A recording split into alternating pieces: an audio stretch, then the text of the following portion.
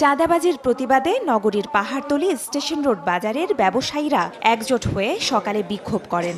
তাদের সাথে যোগ দেন এলাকার সাধারণ মানুষ।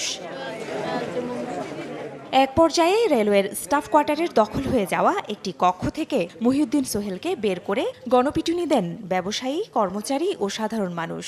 খবর পেয়ে ঘটনাস্থলে গিয়ে গুরুতর আহত অবস্থায় সোহেলকে উদ্ধার করে পুলিশ। চট্টগ্রাম মেডিকেল কলেজ হাসপাতালে নেয়ার পর চিকিৎসকরা তাকে মৃত ঘোষণা করেন।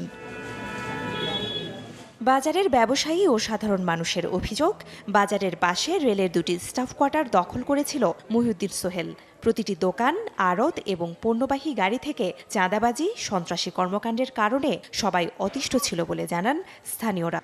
কয়েকটা জায়গা জবরদস্তি দখল করছে, ইয়াবা প্যাকেটে দিয়া এরকম ছবি তুলি বলতে 3 লাখ টাকা দিতে হবে। 4,000 টাকা নাস্তা খাইছে, এখন টাকা দেন নাই। তারপর একটা দোকান থেকে 20,000 টাকা টাকা নিয়েছে। বাজার এখানে সমস্যা সবসময় এখানে ডিস্টার্ব করে আসছিলেন, তো আজকে সবাই রুখে দাঁড়াইছে ওর বিরুদ্ধে। তবে পূর্বশত্রুতার জের ধরে সোহেলকে পরিকল্পিতভাবে হত্যা করা হয়েছে বলে দাবি তার পরিবার ও স্বজনদের।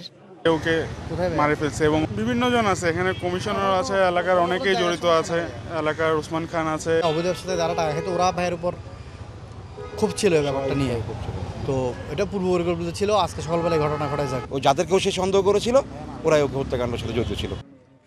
স্থানীয়রা চাঁদাবাজি ও সন্ত্রাসী কর্মকাণ্ডের অভিযোগ আনলেও হত্যার অন্য কোনো কারণ আছে কিনা তা খতিয়ে দেখা হচ্ছে বলে জানিয়েছে পুলিশ। গণপিটুনি অনেক লোক পেয়েছি এখানে এঙ্গেজ ছিল, তো এরকম হতে পারে আর কি। এটা তদন্তে বেরিয়ে আসবে যে কিভাবে মারা গিয়েছে। মহিউদ্দিন সোহেল নিজেকে আওয়ামী লীগ নেতা হিসেবে পরিচয় দিতেন। 6 মাস ও 8 বছর বয়সী 2টি সন্তান রয়েছে তার।